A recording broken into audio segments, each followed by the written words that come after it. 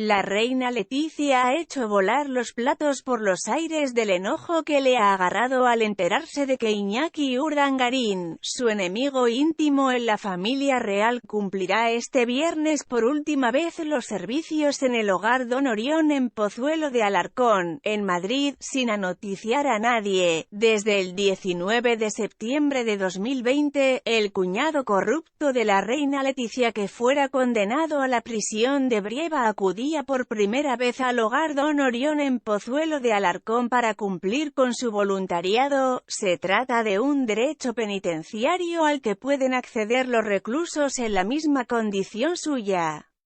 5 meses después de aquel día inolvidable y que ha significado una verdadera vergüenza para la familia toda del rey Felipe, ahora Iñaki está a punto de poner un nuevo rumbo en su vida, aunque no todos estaban enterados, ni siquiera la reina Letizia, decidida a entorpecer ni a Iñaki, ni a la infanta Cristina, ni a la princesa Irene, ni a un jugador de balonmano cerca. Quiere ver Letizia Ortiz, quien le ha declarado la guerra a su familia política desde el mismo día que estalló el escándalo de corrupción NOS, el primero de la sucesión de bochornos que le mancharon su reinado. No ha sido menor que a partir de este viernes preste sus servicios Iñaki al voluntariado, tal como lo ha confirmado a Vanitatis la dirección del centro donde acudía el cuñado de su majestad. La baja llegó por la prensa, no sabía nada.